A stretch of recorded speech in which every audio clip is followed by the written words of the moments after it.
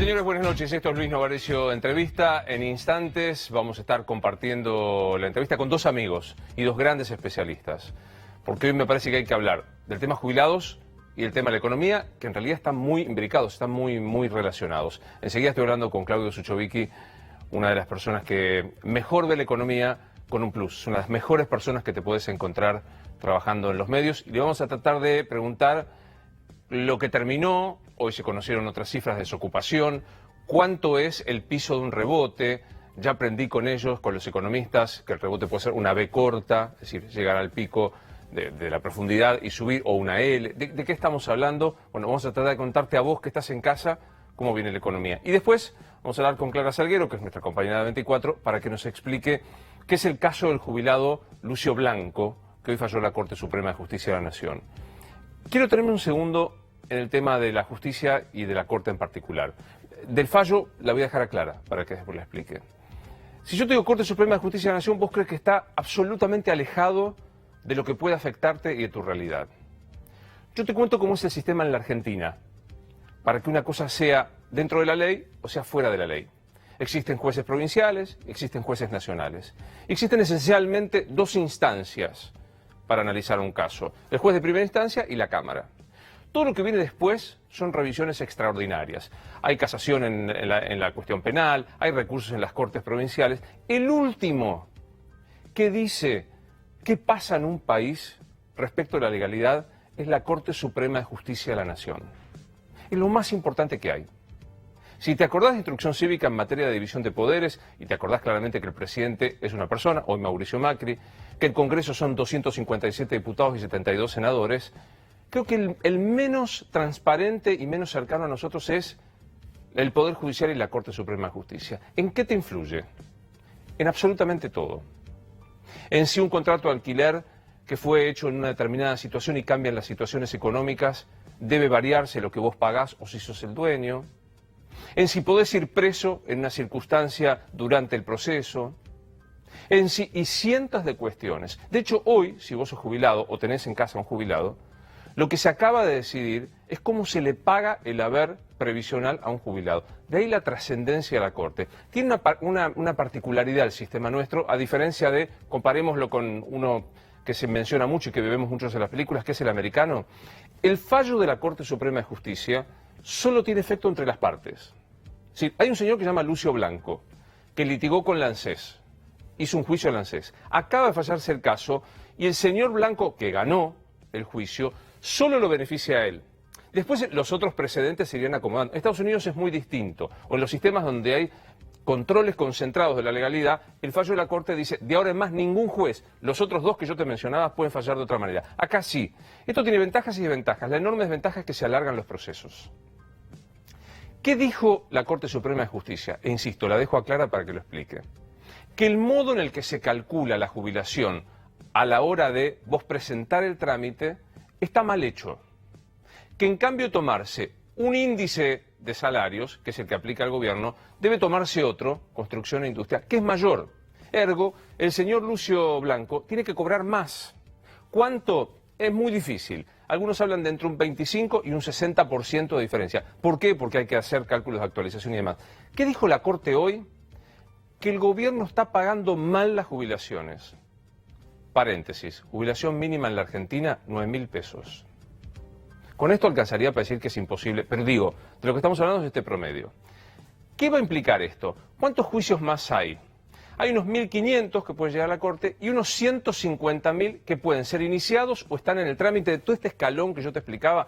Primera instancia, Cámara de la Previsión, revisión, sube, baja, esto no. O sea que inmediatamente el efecto económico para el gobierno no se va a sentir. Algunos dicen recién en el 2020, cuando termine toda la burocracia, se va a aplicar. ¿Cómo salió el fallo? Y si me seguiste hasta acá, es importante que entiendas por qué me detengo en esto que te voy a contar, que insisto a vos te parece lejano, pero implica cómo vos cobrás una jubilación, qué pasa si te despiden sin causa y cuál es el modo en el que se realiza un despido y tantas otras cuestiones. La Corte Suprema de Justicia de la Nación en nuestro país tiene 5 miembros. Hoy está presidida por un ministro propuesto por este gobierno, que es el doctor Carlos Rosenkrantz, un hombre del que hemos hablado en este programa. que proviene de la actividad privada, que fue abogado de Clarín, de La Nación, del Fondo Pegasus de Farmacia, un hombre que viene de la actividad meramente privada y que algunos dijeron viene de muy cerca del gobierno. Todos los gobiernos nombran jueces amigos. Duhalde nombró a Maqueda, que era su amigo. El gobierno anterior, salvo Alfonsín, que tuvo la generosidad de nombrar a grandes juristas como Belucio o Carlos Fay, siempre hay la tentación de nombrar a alguien cercano. El presidente de la Corte votó solo. Hubo otros 4 miembros que dijeron, tiene razón el jubilado blanco. Vos decís, bueno, esto puede pasar en la vida, salvo que vos no tengas en cuenta cómo viene siendo lo que pasa en la Corte Suprema en los últimos tiempos, en donde el gobierno, y esto ya es opinión personal mía, presionó para sacar a Ricardo Lorenzetti de la presidencia de la Corte y ponerlo a Carlos Rosenkrantz, con el aval de la doctora Hayton de Nolasco y el voto en ese momento de alguien que parecía estar de acuerdo con esa mayoría, que es el santafesino Rosati, también nombrado por este gobierno. Dato no menor de la Corte Suprema de Justicia. La doctora Hayton, que acaba de votar a favor del jubilado, es una magistrada que superó los 75 años. Ella juró para llegar a la Corte Suprema por una constitución que dice, a los 75 años me jubilo. Y sin embargo está como ministra. ¿Por qué? Porque presentó un amparo y dijo, si los jueces viejos del 83 pasaron los 75 años, falla hasta casi los 100, ¿por qué yo no puedo seguir? La respuesta era muy obvia, porque usted juró por una constitución que decía que ir a los 75 años y se iba. No puede. Presentó un amparo, un juez de primera instancia ¿te acordás de la primera instancia y la revisión? Se lo concedió y el gobierno casualmente se olvidó de apelar. Normalmente se apelan estos fallos y llega a la Cámara. No. Y la doctora Hayton está siendo ministra de la Corte Suprema en contra de la edad, en contra de la Constitución, con un amparo que no se apeló y es la que decide la legalidad de las cosas. Si yo te contara lo que pasó en la Corte en las últimas horas para sacar este fallo, realmente te alarmaría. Porque supone que el máximo tribunal que custodia la división de poderes que vos aprendiste en la secundaria está en este momento convulsionado por una intervención del Poder Ejecutivo Nacional. Si te gusta la política y si la seguís, el gobierno quiso desplazar al presidente de la Corte, Ricardo Lorenzetti, y lo consiguió con la intervención de un operador del Poder Ejecutivo que se llama Fabián Rodríguez Simón, alias Pepín, un hombre muy cercano al presidente, que es el que llama a los jueces. Y le dijo al presidente, quédese tranquilo, presidente. Removemos al doctor Lorenzetti, que es demasiado independiente para nuestro gusto. Ponemos al doctor Rosenkrantz en la presidencia de la Corte y tenemos garantizados fallos que no nos perjudiquen. Acaban de fallarle en contra al presidente de la Nación, lo cual demuestra 2 cosas. Que las obsecuencias generan los primeros traidores. Y que la intervención política del Poder Ejecutivo sobre el Poder Judicial, cuando se mete la política por la puerta de la justicia sale por la ventana. Hubo esta tarde versiones de que el presidente de la Corte se iba de la Corte, en realidad se iba de la presidencia de la Nación. Hubo versiones que la doctora Hayton, que finalmente no se encolumnó como lo venía haciendo con el doctor Rosenkrantz, alguien dice, no puedo probarlo esto, que firmó un fallo en el caso Blanco, retiró esa firma, volvió a ponerla, para decidir cuánto vas a cobrar vos de jubilación, hasta que, de manera contundente, los otros 3 jueces, Lorenzetti, Rosati y Maqueda, fallaron a favor del jubilado. Como si esto fuera poco, y no te aburro más para recibirlo, Claudio, hoy, inesperadamente, hace 30 años que no pasa esto, los 3 jueces que te mencioné, Lorenzetti, Rosati y Maqueda, sacaron una resolución, las cosas se sacan por mayoría, y la mayoría de 5 son 3, diciendo que el presidente de la Corte ya no puede decidir nada personalmente, nombramiento y remoción de funcionarios, asignaciones de presupuestos, derivación de partidas, sino lo hace con la mayoría.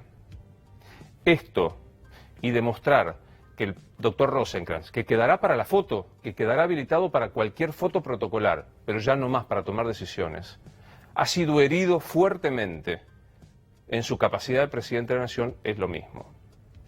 Todo esto para resumirte el largo periplo de tu caso en la Corte Suprema y de aquello que se propuso cambiar, que era la increíble intervención que tenía en el Poder Judicial el gobierno anterior, desfachatada intervención, por algo que podrá ser un poco más prolijo, un poco menos estentorio, pero que esencialmente es la intervención de la política en el Poder Judicial con estas consecuencias. ¿Cómo sigue?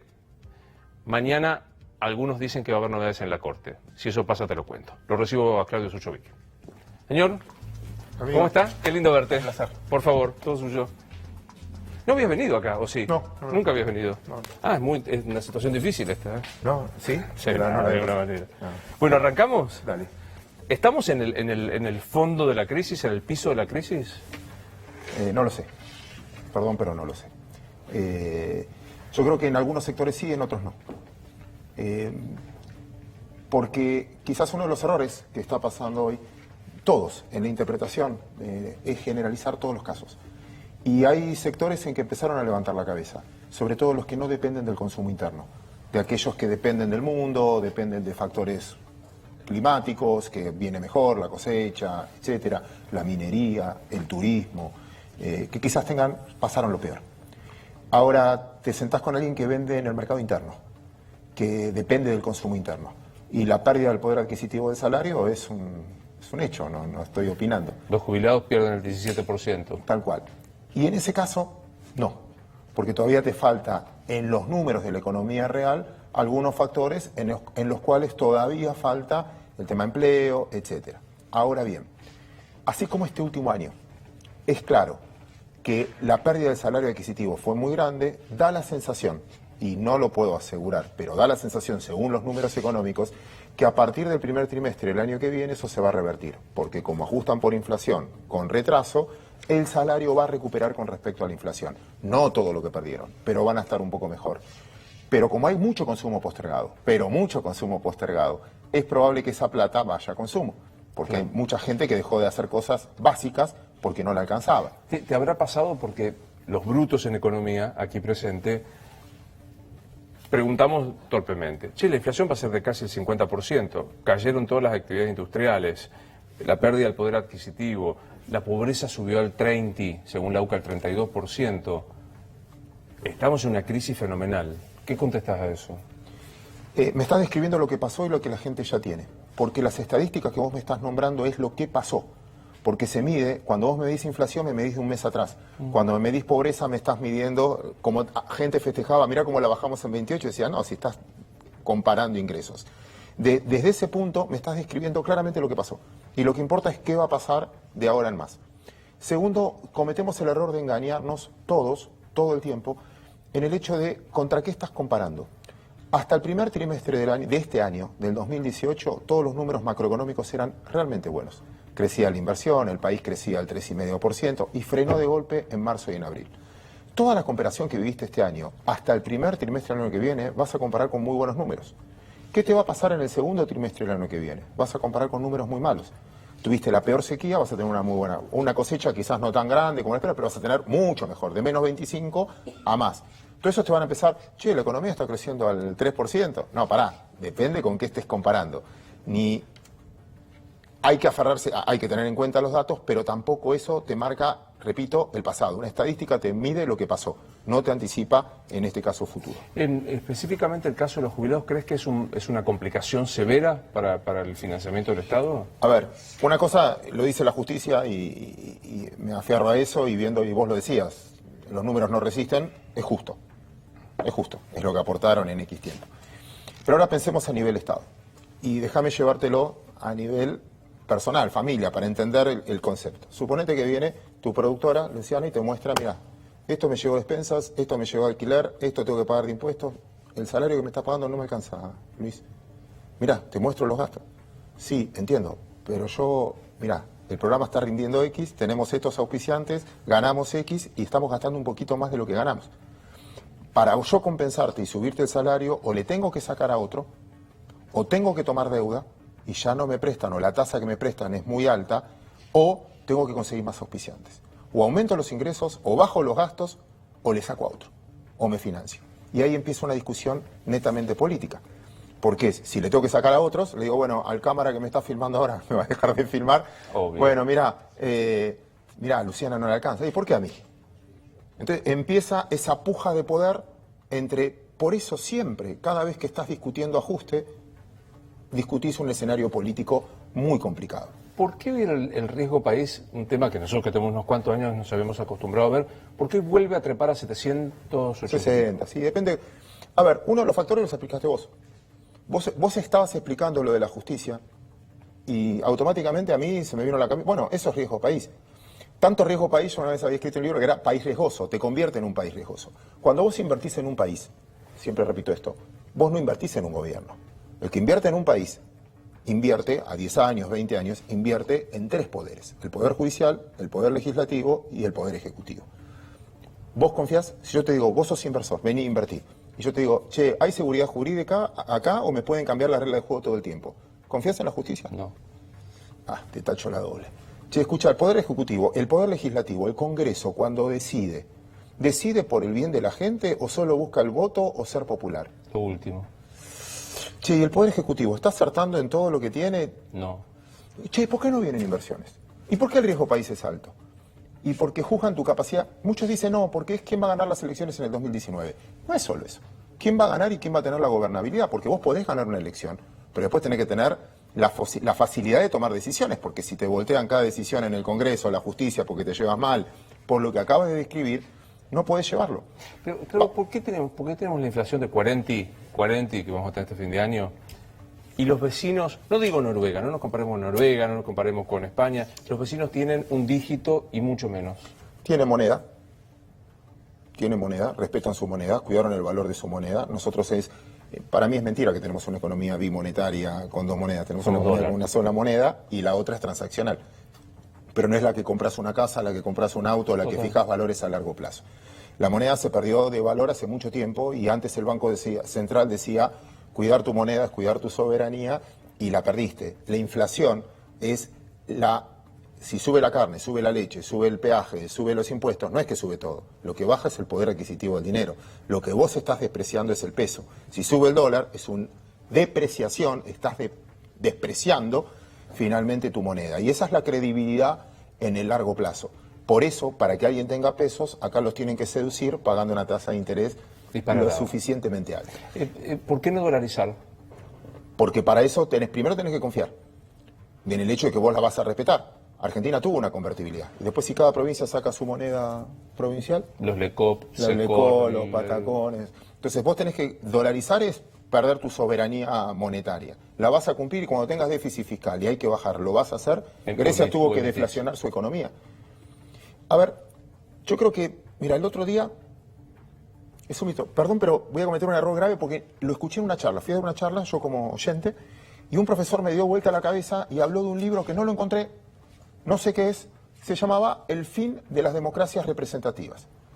Y él explicaba que como todos hablamos ya sin intermediarios, antes un sindicato representaba a los trabajadores, quizás ustedes tenían un sindicato de periodistas que representaba a los periodistas, el político que representaba, el partido que representaba, economista, necesitabas intermediarios para llegar. Al abrir todo, genera un nivel de incertidumbre lo suficientemente grande que se hace difícil hablar en el largo plazo. Porque vos me estás hablando de Argentina. Y yo te digo, bárbaro, porque me toca de la decisión de inversión. Che, un bono argentino es riesgoso, ¿no? Y sí, pensar a 10 años en Argentina, el problema político es riesgoso. ¿Y qué? ¿Tengo un bono francés? ¿Con Macron están mejor? Che, ¿y Donald Trump qué tuiteó hoy a la mañana? ¿Y vos financiás? Che, ¿y México con López Obrador? ¿Y Bolsonaro en Brasil? Y demos una vuelta por el mundo. Y digamos, ¿qué está pasando? ¿Cuál es la crisis de representatividad? Esto lo planteaba el profesor diciendo, bueno, ¿qué es seguro hoy? Claro. ¿Qué es refugio de valor? ¿El dólar es un refugio de valor a largo plazo? Es decir, mirá la volatilidad de un presidente que hoy se pelea, mañana se arregla, pasado... Bueno, cuando vos invertís, estás invirtiendo en una moneda, estás invirtiendo finalmente en la credibilidad en el largo plazo. El año que viene el gobierno plantea una inflación del 20 y pico %. ¿Es posible? Sí, teóricamente sí. Yo ya me equivoqué también desde ese punto de vista. Digo, bueno, me cuido en decir que sí, pero no solo por un control, sino por recesión. A ver, a vos te alcanza para comprar menos cosas de las que te comprabas antes. Sí. Tenés que reducir gastos. El comerciante que antes te vendía y cargaba precios, ahora si no te vende, lo tiene en stock. Si lo tiene en stock, mantenerlo en stock le cuesta mucha plata. Porque no solo lo tiene que tener en stock, sino el costo financiero de tenerlo en stock le sale muy caro. Le conviene vender a pérdida el producto y no subirlo tanto de precio que mantenerlo a un precio que le ganaría plata pero no lo vende. Por lo tanto, en ese punto de vista, y está pasando, que vos vas a ver ofertas 2x1, 3x1, comprás y comprás esto, te doy este beneficio.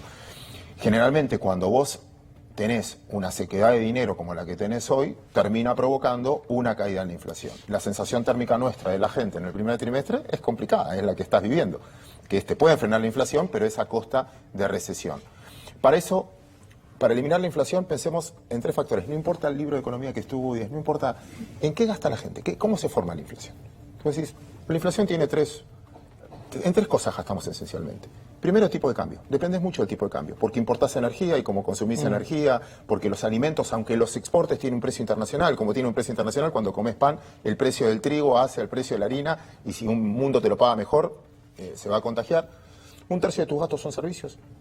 Lo que gastas en educación, en obra social, en lo que fuera, y en una empresa 1/3 salario. Entonces, ¿cómo haces para controlar un proceso inflacionario? El gobierno anterior ancló tarifa, ancló los servicios, hasta que te quedaste sin energía. Porque nadie vendía pérdida y te quedaste sin energía. Este gobierno al principio ancló tipo de cambio, hasta que te quedaste sin dólares. Y ahora estás anclando la inflación vía salario. Por eso es tan doloroso y por eso te genera más.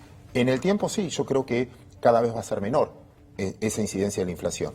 Ahora, desde el punto de vista nuestro, en calidad de vida, se está sintiendo. Eso es lo que te dice, bueno, vamos a estar preparados para un tiempo donde nos va a costar mucho más.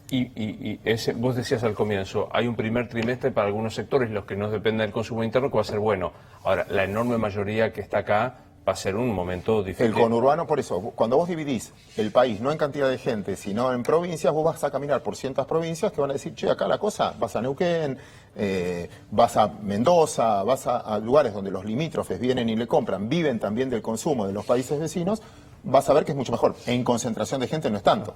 Vas a La Matanza, al conurbano bonaerense, que depende de la industria textil, que depende del comercio de la esquina, que depende del almacenero, bueno, no vende. Y además de eso, mantener un negocio abierto hoy, por los costos, por el blanqueo, porque hoy tenés casi todo blanco, etcétera, esos costos de tener un negocio abierto es mucho más caro que antes. Sí, y claro, sin vender, bueno, es un problema. O sea, la provincia de Buenos Aires, el conurbano, va a ser durísimo. Lo está haciendo. Yo creo que te estoy describiendo. Después, la velocidad de B corta, L, etcétera, también depende de las expectativas que termine teniendo la gente. Si todos empezamos a creer, no, che, esto va a mejorar, y empezás a consumir de nuevo, yo siempre digo que el argentino tiene más exceso de pasado que visión de futuro. Entonces vivimos tantas cosas en el pasado que de antemano es, che, parece que los bancos, sacar la guita al banco. Entonces, lo que pasó una vez te condiciona y termina provocando quizás una... Lo cual es casi una acción razonable. Se llama profecía autocumplida. Si todos creen que esto va a funcionar mal, actuaron en consecuencia. La pregunta es, yo siempre hago la misma pregunta. Llevo una charla y le muestro los slides de la Argentina, desocupación, todo lo que dijiste vos al principio. Y bueno, muchachos, ¿Argentina ya chocó o le falta chocar todavía? Si yo te digo, che, mirá lo que devaluamos, el dólar de 20 a casi 40, la inflación lo que es, ¿ya está o falta? Mi sensación es, cuando todos esperan algo muy negativo, pero muy negativo, se está acabando el problema. Porque ya están todos prevenidos. Una mala noticia es una mala noticia mientras que vos no la esperás. Si la estás esperando, estás prevenido. Estamos en el momento de... Yo creo que sí. Yo creo que hay más mala onda, en todos lados donde voy, hay más mala onda que estamos todos prevenidos. Y que la cosa no va a ser buena. Perdón que siempre vengo repitiendo esto. Si vos esperás algo muy malo, pero muy malo, y solo es malo... Sí, decís a fe. Yo te digo, che, la inflación fue 3,2. Y quizás en diciembre 2, ¿cómo bajó? Hace un año una tragedia. Che, el dólar, el otro día me hiciste una nota en la radio para llamarme porque se estabilizó el dólar. ¿Y qué? ¿Ahora va a boicotear con la banda inferior? Y yo te decía, pero pará, hace una semana me llamabas, están 25, están 25. También hay, yo creo que en el fondo, y creo que nos pasa a todos, hay una definición de la economía día a día que es, también lo resumo en un ejemplo. ¿Tenés WhatsApp? Sí. Supongo que casi todos los televidentes tienen WhatsApp. Hace 8 años no existía WhatsApp. ¿Cuánto tiempo tarda? ¿En cuántos grupos estás? Y debo ser en 8 días. 8 o 10 grupos. Hace 8 años no existía WhatsApp. Usábamos BlackBerry, BBM, etc. 10 grupos. ¿Cuánto tiempo tarda? Pero decime la verdad. Ahora yo te reporteo a vos, no sé si tenemos que cambiar de lugar. ¿Cuánto tiempo tarda en llegarte el mismo meme, el mismo chiste en los 10 grupos. 14 segundos. 14 segundos. Imagínate lo que soy. Van a devaluar, van a devaluar, van a devaluar. Corralito, corralito, corralito. Explota todo, explota todo. Renuncia un juez, renuncia un juez, renuncia un juez. Yo siempre veo, o el relato mío es, ¿viste cuando escuchás un partido de fútbol por radio que parece que va a haber un gol cada minuto? Y a la noche ves el compacto por tele y ni llegaron al arco. Yo creo que también estamos viviendo una ansiedad de describir, ¿qué pasó hoy? ¿Qué pasó hoy? Claudio, va a explotar todo. Convengamos que la declaración de un ministro de Economía que dice nunca hicimos un ajuste tan grande sin que se llevara puesto al gobierno, es una invitación a que el coso de WhatsApp se active. ¿No? Hay que ver, yo estaba en ese lugar. Estaba cierto, eras vos el interlocutor. Estaban en la presentación. Y hay que ver en el contexto. Lo dijo, está todo bien. Pero déjame decirte algo. ¿Puedo? No quiero defender a nadie ni nada. Pero una sola cosita. El déficit fiscal más grande de la Argentina fue en el año 75. 75. Acordate lo que pasó en el 75. 76 empezó la plata dulce. 78 el dólar más barato de toda la historia. En el 75 tuviste la peor devaluación de toda la historia. 3 años de diferencia. 1982. Lorenzo Sigol, que apuesta al dólar, pierde. 1985 nace el Plan Austral. 3 años después. Un austral valía más que un dólar. 1989. El segundo dólar más caro de toda la historia. 1991. 2 años después. Convertibilidad. El segundo dólar más barato de toda la historia. Desde el 2001 a enero del 2002, de diciembre del 2001 a enero del 2002, en un mes el dólar de 1 a 4. Después estuvo 8 años debajo de 3. Pero al año. Lo que en ese contexto, y vos decís, ¿qué pasó en el 75? En el 82 hubo un ajuste político fenomenal, porque la gente está desconforme. Porque hablar de ajuste, vamos a un punto. Viste que estamos todos, hay que bajar el gasto. Hay que bajar el gasto. Entonces, bueno, bárbaro, vamos. ¿Qué gasta Argentina? Cada 100 pesos que gasta la Argentina, 64 es previsional, seguridad social, jubilaciones, pensiones, planes sociales y salud. 17 pesos intereses de deuda, 10 pesos son subsidios, 4,5 pesos es educación, 4 pesos la administración pública. Dale, bajemos el gasto. ¿Por dónde ajustás? Bajemos el gasto. De vuelta porque me parece muy gráfico. 100 pesos, 64 es... Por eso todo el mundo social. habla de todo lo que es jubilaciones, pensiones. Mira, Aguache... te la pinto corta, más corta y más política todavía. El 50% de los salarios provinciales, municipales, etcétera, los paga el Estado. Con lo cual, el político es más protagonista que el empresario. Eso es lo que está mal en el país. Vos estás preocupado todo el tiempo en la radio a la mañana. ¿Y qué va a hacer Massa? ¿Y qué va a hacer Pichetto? ¿Y qué va a hacer Cristina? ¿Y qué va a hacer Macri? Porque el político da más laburo, a veces no real. Un senador es más grande que una pyme. Hoy entra la cantidad de gente que toma. Esa es la distorsión. Un político es más protagonista que un tipo que produce, que el empresario que pone su plata. Y bueno, el 64%. Por eso cuando no hay ajuste de salario, o esto que la devaluación se comió o que la inflación le ganó, obviamente el 50% cobra un cheque que tuvo un ajuste inferior. Y ahí bajás, claro. Después va a ser a favor el primer trimestre del año que viene. Pero 64 pesos... 64 es asistencia social, pensiones, jubilaciones, A ver, el aguaches... sistema jubilatorio argentino está fundido hace muchísimo tiempo, como casi todos los países de la región. Bien. ¿Por qué? Porque los sistemas jubilatorios fueron creados en los años 30, cuando la gente trabajaba 30 años, se jubilaba a los 60, 65 y vivía 10 años más. Ahora, al extenderse la edad de vida y la edad de consumo, no resiste la cantidad activa con la cantidad pasiva que hay. ¿Y el gasto político es solo 4 pesos de los 100? La administración pública, lo que te sale empleo público, etcétera, es 4. 4,5 es educación. Bueno, en el medio tendrás, porque hay gente que atiende en Tengo eso. un amigo que quiero mucho que se llama Claudio Suchovicki, que hace esta pregunta. ¿Ya chocamos o falta chocar? Yo creo que el choque fuerte lo tuvimos. Falta un vuelquito así de expectativa, de alguna cosita. Era escalofrío eso que está diciendo. No, yo soy de los que cree que el que gane las elecciones en el 2019, que no sé, vos sabés más, el que gane, se encuentra con un país macroeconómicamente con gran parte del ajuste hecho. Por eso ahora va a haber mucha avaricia en tratar de ganarlo. Microeconómicamente, con una bomba atómica, porque no todos van a reconstituir de la misma manera. Porque déjame, y sé que tenés que cerrar el programa, pero hay un mito que quiero destruir. Crisis no es oportunidad. Crisis es crisis. Es oportunidad para muy pocos. Cuando hay una crisis, es una crisis. Señores chinos, vayan con ese cuento a otro lado.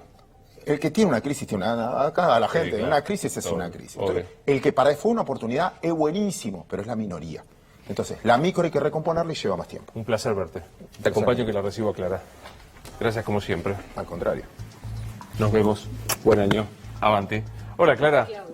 Un placer. Se cruzan todo el tiempo ustedes, ¿no? Claro. ¿Cómo estás? Hemos compartido igual. Por favor. Gracias Buenas por venir. noches. Bien, traje como en la facultad apuntes. Te escucho.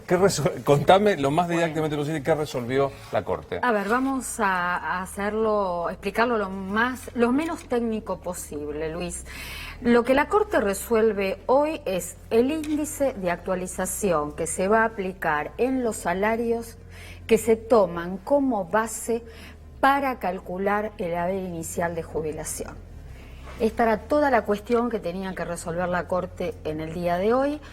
Los índices eran dos los que estaban en juego, el ISBIT, que es un índice que corresponde al salario básico del sector de la industria y la construcción, que venía ya aplicando la justicia. ¿Qué significa? Que la Corte hoy en realidad ratifica ese fallo. Y el RIPTE, que el RIPTE comienza a implementarse con la reparación histórica en el año 2016. Que era menor, o sea, actualizaba menos que el ISBIC. Menor, no hay un número concreto porque en cuanto podía beneficiar el ISBIT o en cuanto puede beneficiar, depende la fecha en que la persona se jubila. Ahora, hubo en el día, en la jornada, mucha expectativa con respecto a este fallo porque hay jubilados que no demandaron al Estado y creían que este fallo les alcanzaba en cuanto a aumentos. Y en realidad esto es estrictamente para 150.000 jubilados que están con demandas al Estado, que tienen sus expedientes en distintas instancias judiciales, pero que todavía no tienen sentencia definitiva.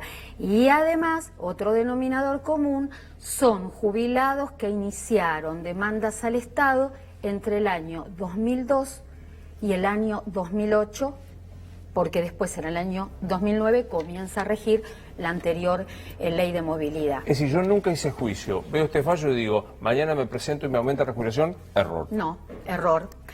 Además, a ver, el fallo del día de hoy, lo que hizo la Corte, y yo creo que esto hay que acentuarlo y es importante, falla por el índice más alto. Entonces envía de alguna manera un mensaje. Estamos tratando de preservar o mejorar el haber de determinado grupo de jubilados. Y además el alcance que le da el fallo era el mayor que se podía esperar.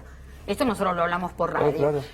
Se pensaba que el alcance, la Corte iba a buscar que el alcance fuera menor, sin embargo no, 150.000, claro, que era el número máximo. Pero sin embargo, a mi entender y la experiencia que yo tengo en materia de seguridad social, lo que yo sentí es que esta fue una Corte que se quedó a mitad de camino. ¿Por qué? Una nueva Corte, y viste, todo lo nuevo trae expectativa, esperanza, más que nada en los jubilados, porque termina trasladando el tema al Congreso Nacional.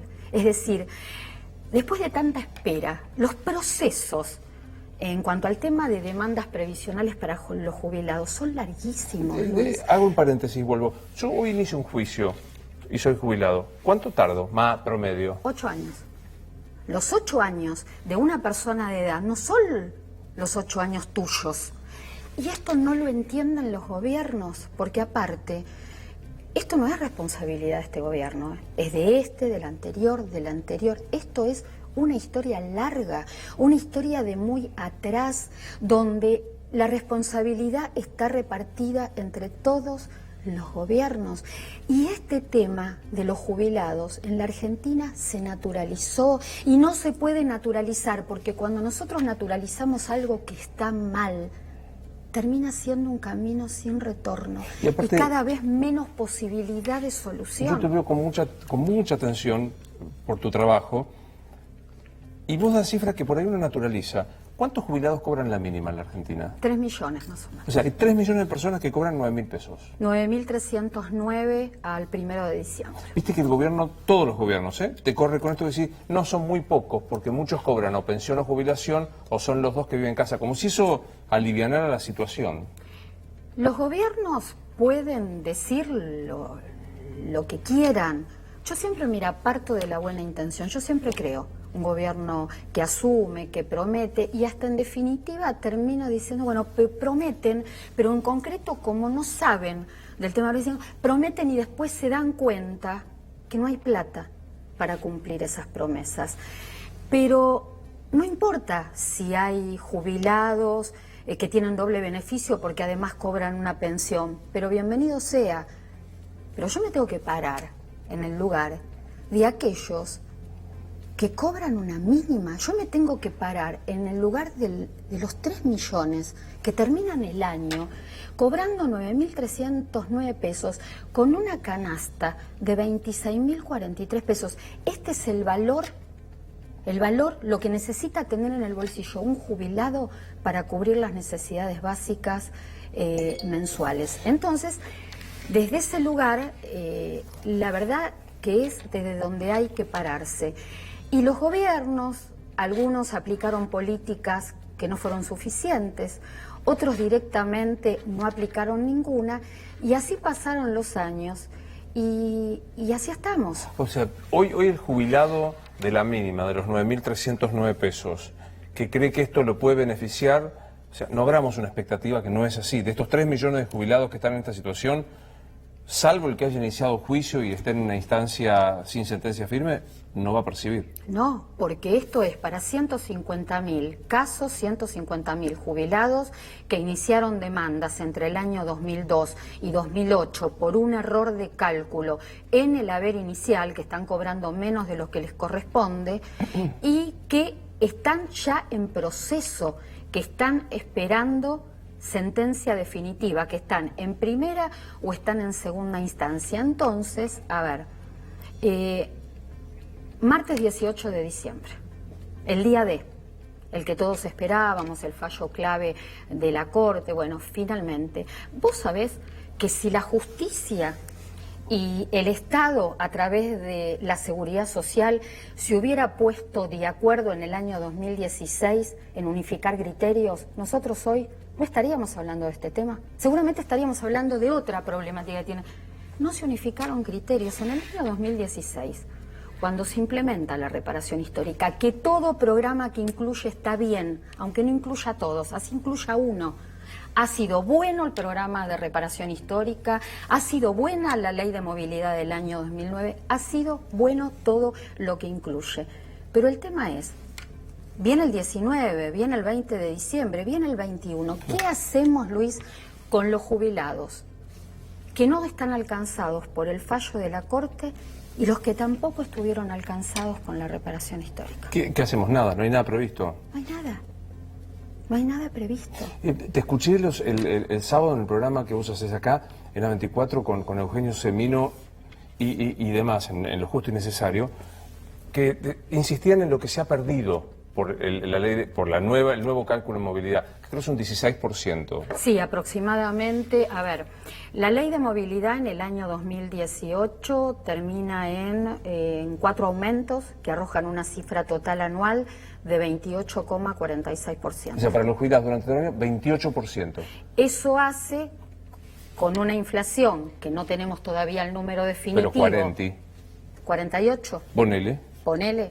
Vos tenés ahí 20 puntos abajo, que pasado a poder adquisitivo, porque para la pérdida del poder adquisitivo se calcula ingreso-gasto, los jubilados perdieron aproximadamente ese porcentaje del que hablas. ¿Recuperan?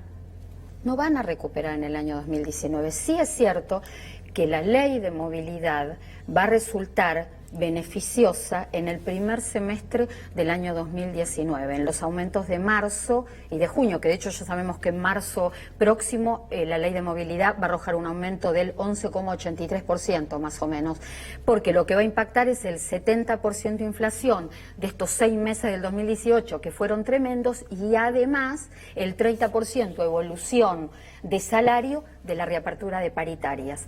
Entonces, eso va a empujar un poco. Eso va a empujar un poco, a ver, siempre y cuando que la inflación pueda disminuir, pueda bajar. Y entonces vos ahí vas a tener una mejora. Pero si logran en el año 2019 ¿Recuperar lo perdido en el año 2018? No. No creo, no soy economista, sé, lo mío es lo previsional, pero de todos modos, pongamos un escenario, la otra ley de movilidad, la que rigió desde el año 2019 al año 2017, hubiera sido mejor, un poquito mejor, pero estaríamos hablando de lo mismo. Claro, porque ahí viene inmediatamente la comparación, que yo no quiero caer en la trampa de la grieta. ¿Estaban mejor con el kirchnerismo o están mejor con Macri? ¿Es mejor la política previsional del kirchnerismo? ¿Es mejor la política previsional del macrismo? No se puede caer en comparaciones, porque si no entramos en un terreno fácil. En un terreno fácil, los argentinos, o en este país nos hemos acostumbrado a ese tipo. Siempre lo pasado fue mejor, lo actual no sirve. Yo esto lo dije hace unos días al cierre de una de las emisiones de Lo Justo y Necesario. Llego a fin de año, Luis, harta de las comparaciones, harta de que me digan, no, porque esta fórmula, esta ley de movilidad no sirvió, era mejor la otra. Ninguna de las dos.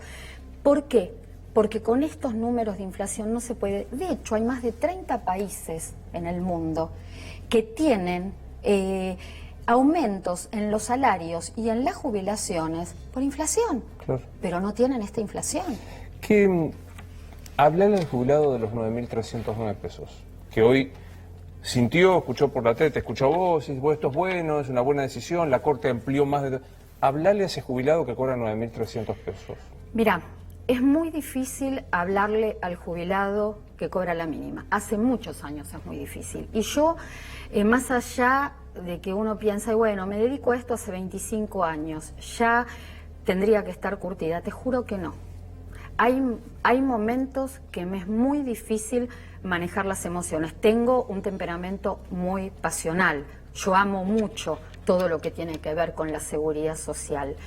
Y me pasa muchas veces lo mismo que le pasa a muchos jubilados. Yo creo en los gobiernos, yo creo en las promesas, yo creo en las gestiones y después me termino decepcionando. Después me doy cuenta que los engañaron una vez más, quizá deliberadamente o quizá no, porque cuando llegan se dan cuenta, miran los números y dicen esto no da. Lo hablabas hace un rato con Claudio, nosotros tenemos un sistema previsional que está en serios problemas. ¿Nos vamos a jubilar vos y yo? Nos vamos a jubilar, pero hay que ver cómo, de qué manera, con qué. Un sistema previsional solidario, donde el activo financia al pasivo, donde la proporción equilibrada debería ser 5 trabajadores por un jubilado. ¿Estamos a veces en qué proporción? 2 a 1. 1 a 1. 1 a 1 ya. 1 a 1. O sea, hay un jubilado por cada uno que aporta. Exactamente. Entonces vos tenés que hacer 2 cuestiones en la Argentina. Algo, obviamente, que le cuesta a los gobiernos porque no quieren pagar el costo.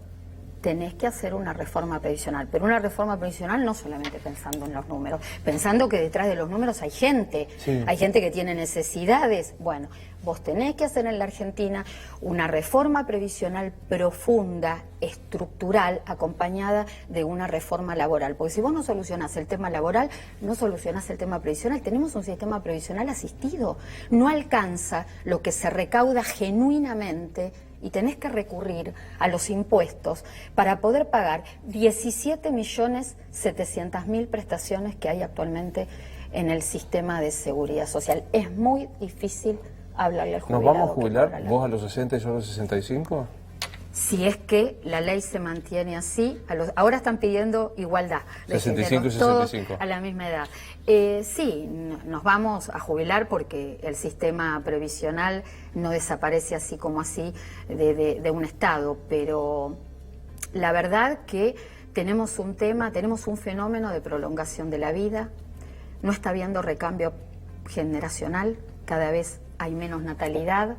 Y la gente vive cada vez más y los sistemas previsionales hay que adaptarlos a esa realidad. Aunque nos cuesten los cambios, hay que adaptar la realidad a esto. Y además, particularmente en Argentina, ¿sabes cuánto es el porcentaje de población mayor de 60 años en la Argentina? 15,4%. ¿Sabes cuánto es el número? 6.800.000 personas de 44,5 millones de habitantes que tenemos. La ciudad de Buenos Aires es el distrito más añoso, es donde vive más gente mayor de 60 años. ¿Sabés en el 2050, por este tema del recambio, del no recambio generacional, ¿sabés cuánta gente mayor de 60 años va a vivir en la Argentina? 13 millones de personas. Mirá si el Estado... puede financiar eso. Es imposible. ¿2050? ¿Qué nos faltan? ¿32 años? 32 años. 32, yo tengo 54. No, ya para esa altura, olvídate, conmigo no cuenten. Me olvidé de preguntarte algo que sea bueno decir. ¿Qué? Digo, ¿hay algo que tengas que decir que me olvidé de preguntarte? ¿Que sea bueno decir? No. Si me parece, me gustaría insistir en el tema de que es necesaria una reforma, pese a que los argentinos no queremos una reforma en serio y realmente estructural, de fondo. La edad jubilatoria hay que subirla porque la gente vive cada vez más, pero que hay que acompañarla de una reforma laboral, y a mí me da la impresión que esto está bastante lejos en la Argentina. Y lo último, sí, claro, no es solo responsabilidad de este gobierno, ni del anterior, todos los gobiernos han sido responsables de que hoy Luis y Clara estén hablando de esta problemática. Bueno, te veo el sábado, como todos los fines de semana. Muchísimas gracias. Gran laburo que haces y gran admiración por la sensibilidad con que lo haces, de verdad. Gracias. Lo mismo siento yo por vos. Muchas gracias. Esto es Luis Novarecio, entrevista. Hasta la próxima.